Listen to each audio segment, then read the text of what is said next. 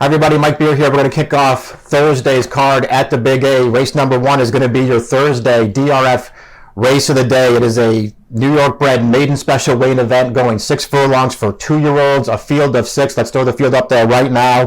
3 horses with experience, 3 first-time starters in the short field of 6. We will get no help from Timeform US with their pace projection for this race because there simply wasn't enough data for them to create one. So we're not going to get any help in that regard from Timeform US. I did sort of feel like if one of the 3 first-time starters had any speed at all, that they could certainly factor in this race. I don't know that any of the 3 horses that have already run necessarily have to be out there on the early lead. Certainly, I do think having the experience behind those horses is a big benefit. I, generally speaking, prefer to have horses who have already run over first-time starters.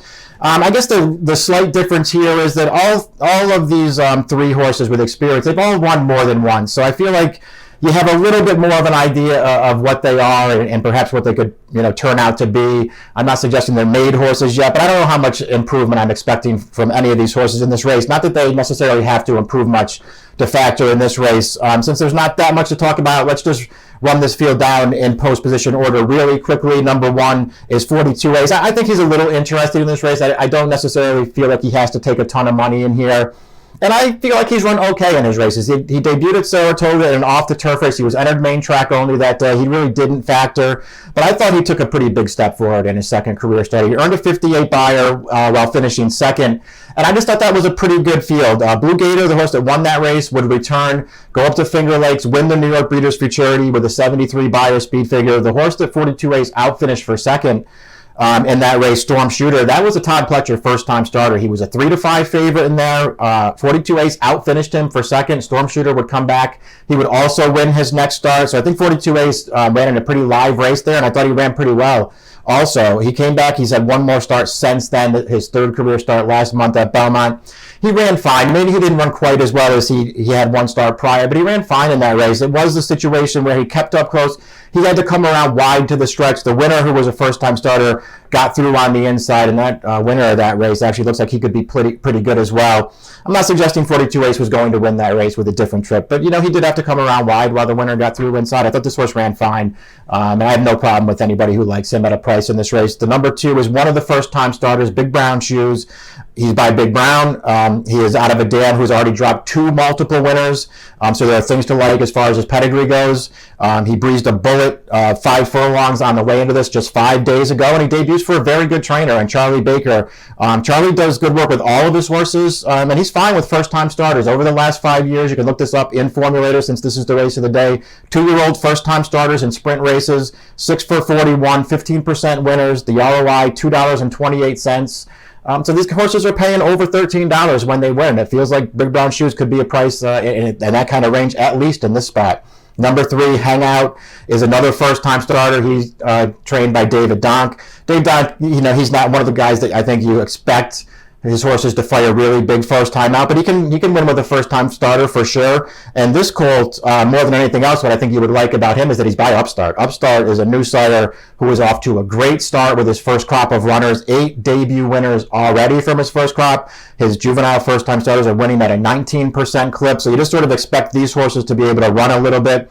This horse has been training forwardly, it looks like, up to his debut. 2 5-furlong breezes on the way in from his last 2 works. Number 4 is Mass Marauder. Again, I think he's probably the horse to beat in here. I suspect he'll be the favorite come post time, if only because he's dropping out of the Sleepy Hollow to return to the maiden ranks here. He's also cutting back in distance. That could work for him. This horse has sprinted once in his career. That was in his debut up at Saratoga. I thought he ran fine that day. That race had a lot of pace. He got forward in there. He was chasing that pace all the way. He was never a real factor. He was closest at the finish as the winner of that race. Judge and Jury started to get a little tired. Judge and Jury had a pretty big lead in the stretch, and he started to get tired after that fast pace took its toll on him. So Mass Marauder and the runner-up in that race workout, they were both gaining late ground, but they never looked like they were going to catch Judge and Jury to win that race. But still, all in all, not a bad performance at all for Mass Marauder, and cutting back in distance and dropping out of the Sleepy Hollow. Those are also obviously positives for a horse who goes for a very hot trainer in Rob Atras. Number 5, Hot Limit Room, is another horse who's run. This horse has run out of town in both of his starts. He debuted sprinting on dirt at Delaware Park.